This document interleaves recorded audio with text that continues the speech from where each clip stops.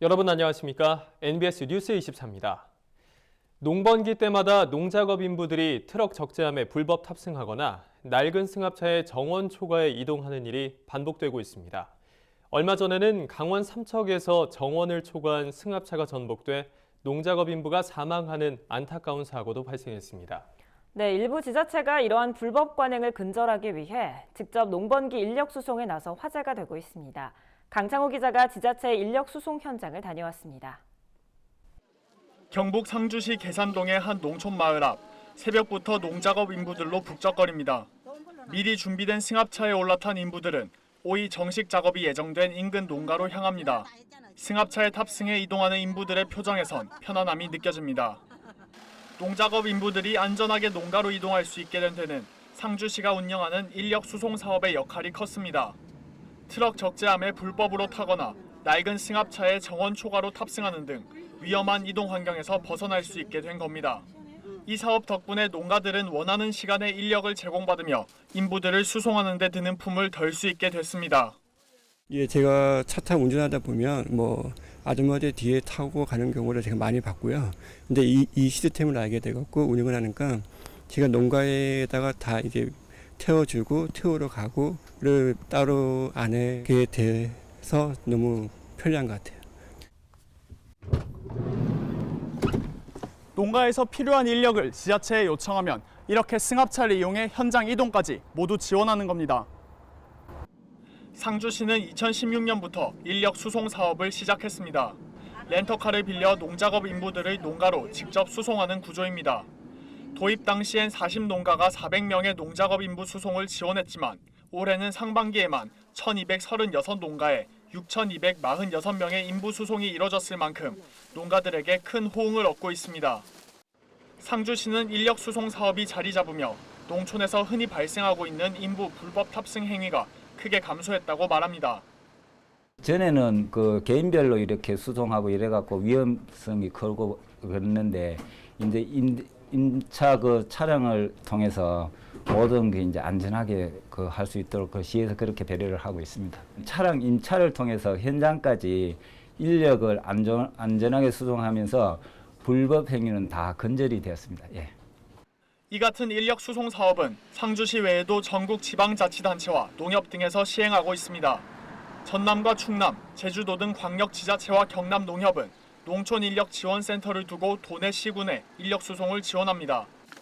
하지만 인력 수송 사업에 배정된 지자체 예산이 적어 실제 농가들의 수요를 충족시키기엔 역부족인 상황입니다. 상주시의 경우 올해 인력 수송 사업에 배정받은 예산은 총 1억 5천만 원. 이 예산으로 연중 수송 사업을 벌이기 위해선 빌릴 수 있는 승합차가 최대 5대에 불과해 농촌 인력 수요를 따라가지 못하는 겁니다. 가용할 수 있는 예산이 적다 보니까 포도라든지 복숭아, 배 작업할 때는 절대 부족합니다. 아마 저희가 지금 운행하고 있는 거는 한 20% 정도 수용밖에 못할 것 같아요. 관내. 농번기마다 농촌에서 흔하게 벌어지는 불법 인력 수송을 막기 위해 농촌 지자체와 농협 등 관계 당국의 수송 서비스 확대가 필요해 보입니다. MBS 뉴스 강창호입니다. 강원 삼척에서의 정원 초과 승합차 사망 사고는 농번기 인력난의 심각성을 다시 한번 일깨우는 계기가 되고 있습니다. 농번기 인력난으로 인해 6시간 넘는 지역에서 농작업 인부를 구할 수밖에 없는 실정인 겁니다. 이영경 기자가 농번기 인력난의 실태와 대안을 함께 짚어봤습니다. 농번기 때 농작업 인부를 구하는 일은 그야말로 전쟁을 방불케 합니다. 농작업 인부를 제때 구하지 못하면 농작물 수확이 지연돼 제값을 받지 못하거나 농사를 망칠 수 있어서입니다. 문제는 농촌 지역의 인구 감소와 고령화로 인해 지역 내에서 농작업 인부를 구하기가 점점 더 힘들어지고 있다는 점입니다. 타 지역에서 농작업 인부를 모셔올 수밖에 없는 상황인 겁니다. 우리가 용역업체에 의뢰해가지고 한 70명 써요. 강원도 주문전에서도 오고. 최근 강원 삼척에서 발생한 정원 초과 승합차 사망 사고도 이러한 농번기 인력난이 원인이란 시각이 대부분입니다. 충남 홍성 지역의 농작업 인부들이 6시간 넘게 걸리는 지역까지 무리하게 이동했다가 예기치 않은 사고가 발생했고 정원을 초과해 탑승함으로써 피해가 커졌다는 분석입니다. 외국인 근로자에 의존하는 비율이 갈수록 높아지는 것도 엄연한 농촌의 현실입니다. 특히 농번기에는 외국인 근로자를 두고는 일대 쟁탈전까지 벌어질 정도입니다. 외국인 근로자 없이는 농사가 힘들 정도로 인력난이 심각한데 정작 외국인 근로자의 공급은 매우 부족하기 때문입니다. 올해 농업 분야에서 합법적으로 일할 수 있는 외국인 근로자는 총 1만 12명입니다. 이는 고용허가제를 통해 3년 동안 취업활동을 할 수 있는 6,400명과 단기 취업비자로 3개월 동안 일할 수 있는 계절 근로자 3,612명을 합한 수치입니다. 하지만 한국농촌경제연구원이 지난해 농가 1,200명을 대상으로 실시한 외국인 근로자 수요조사에 따르면 농업 분야는 올해만 해도 3만 1,500명이 필요한 것으로 나타났습니다. 합법적으로 공급되는 농업 외국인 근로자보다 수요가 2만 명이나 많습니다. 이렇게 외국인 근로자의 공급이 절대적으로 부족하다 보니 일부 농가들이 불법 체류 중인 외국인 근로자까지 고용하는 사태가 빚어지는 겁니다. 또 최저임금 인상으로 인한 인건비 부담 때문에 불법인 줄 알면서도 외국인 불법 체류자를 고용할 수밖에 없다는 농가들도 상당수입니다.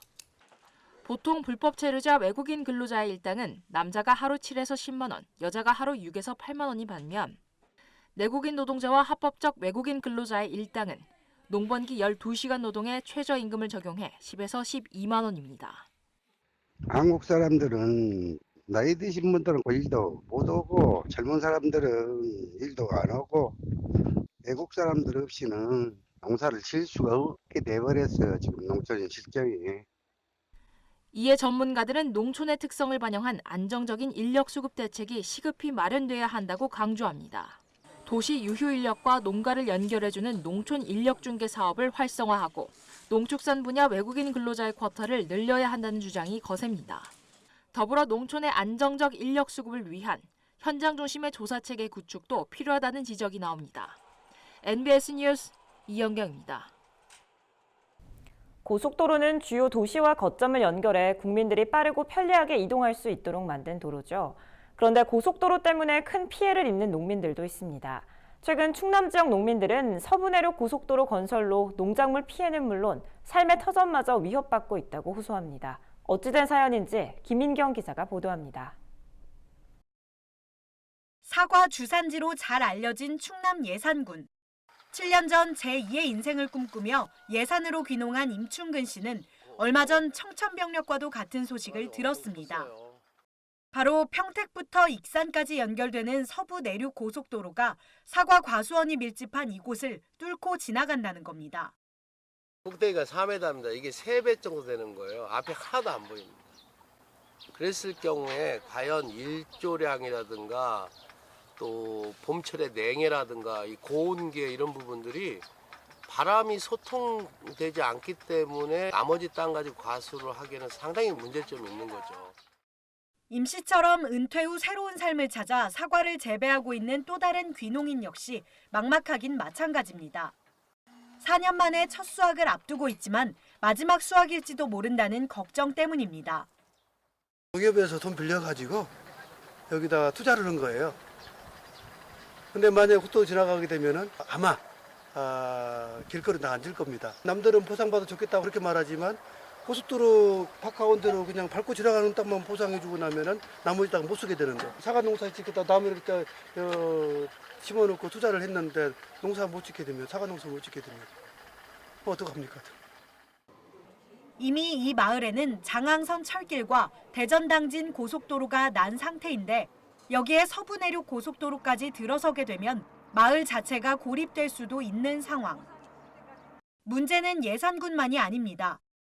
서부 내륙 고속도로로 인한 또 다른 피해 예상 지역인 충남 홍성군 금마면.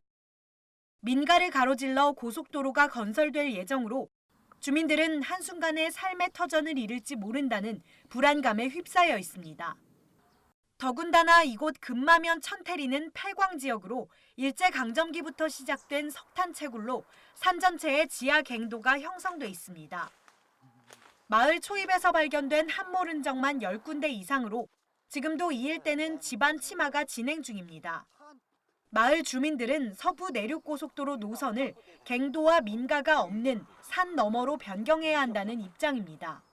강한 독이 아니고 푸석푸석하는 독이라고. 그렇기 때문에 여기가 지대가 위험하다는 얘기지.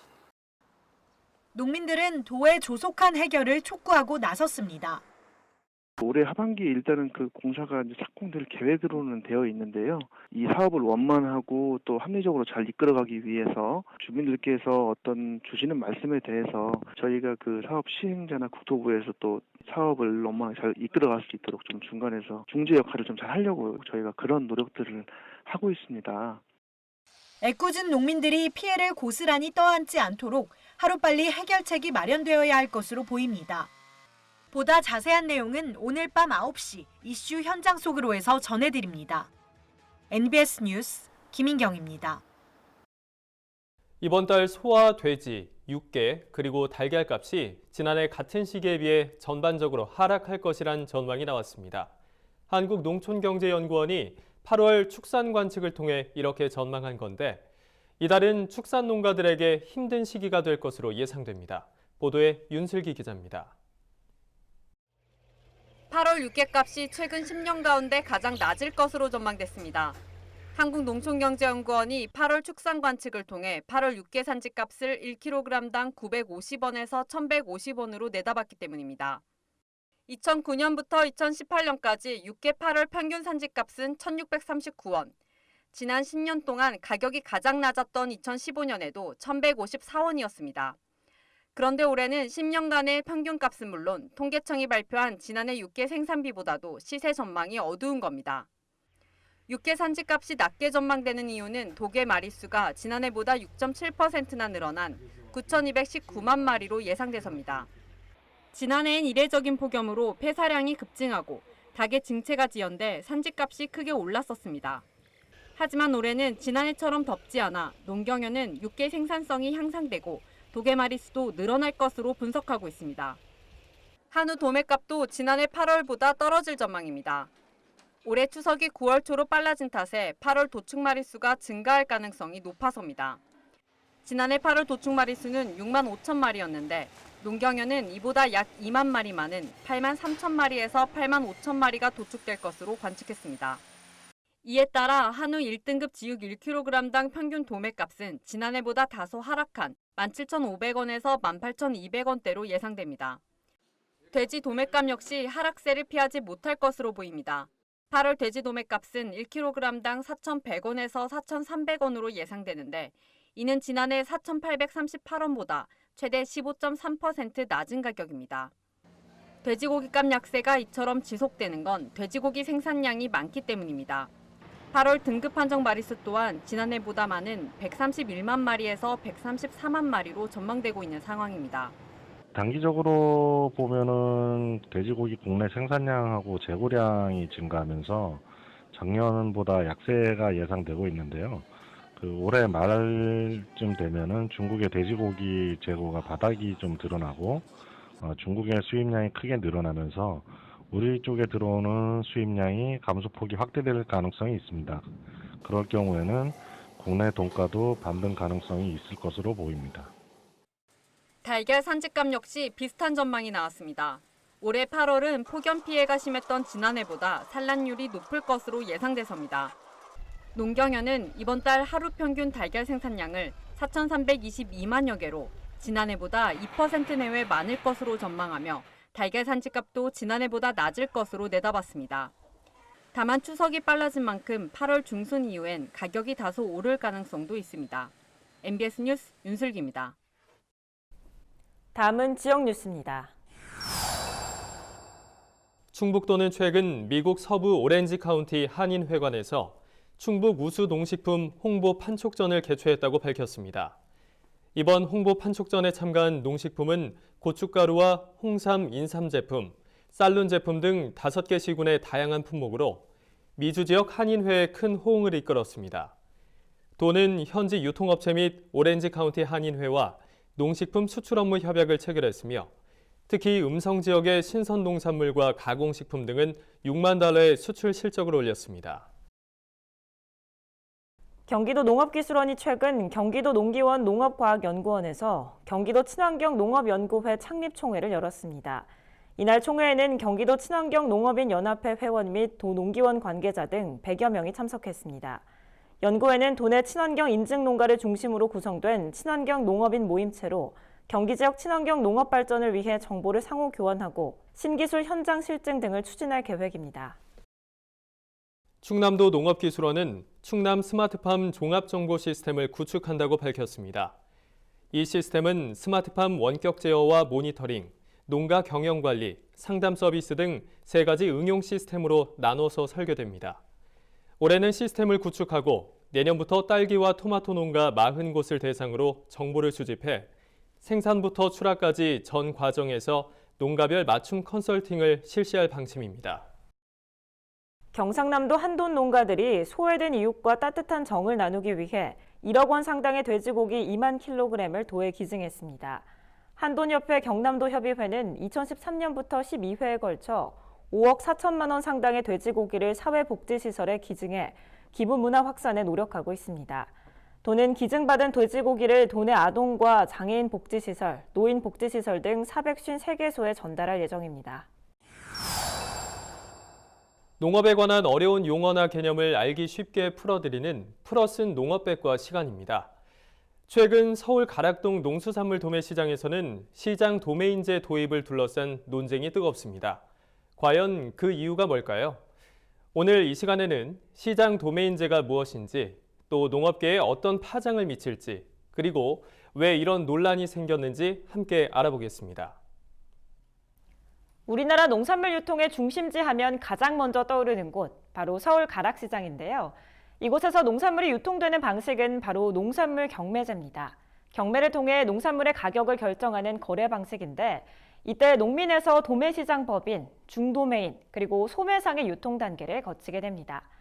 현재 우리나라에서 생산되는 농산물의 약 90%가 이런 경매제도를 통해서 거래되고 있다는데요. 이런 농산물 경매제도의 경우 가격 결정이 공정하다는 장점에도 불구하고 불필요한 유통비용이 발생한다는 지적이 꾸준히 있어 왔습니다. 이 문제를 해결할 수 있는 대체 방안으로 떠오른 게 바로 시장 도매인제입니다. 시장 도매인제는 도매시장 법인을 거치지 않고 생산자와 시장 도매인이 직접 거래하는 방식을 말하는데요. 농산물을 거래할 때 경매제보다 유통 단계를 한 단계 더 줄일 수 있다는 장점이 있습니다. 특히 경매제도의 단점으로 지목되고 있는 농산물 가격 등락폭이 줄어들어 농민들이 농산물 가격을 보다 안정적으로 받을 수 있는 것도 이점입니다. 서울 강서 농산물 도매시장은 이미 2004년에 시장 도매인제를 도입해 지금까지 유지하고 있는데요. 서울 가락시장에 시장 도매인제를 도입하는 건 아직 시기상조라는 반대의 목소리도 많습니다.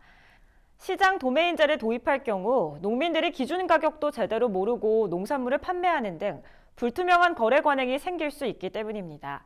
또 자본금 규모가 10억 원 정도에 불과한 시장 도매인들이 제때 대금 정산을 해줄 수 있을지도 의문이라는 지적이 나오고 있습니다.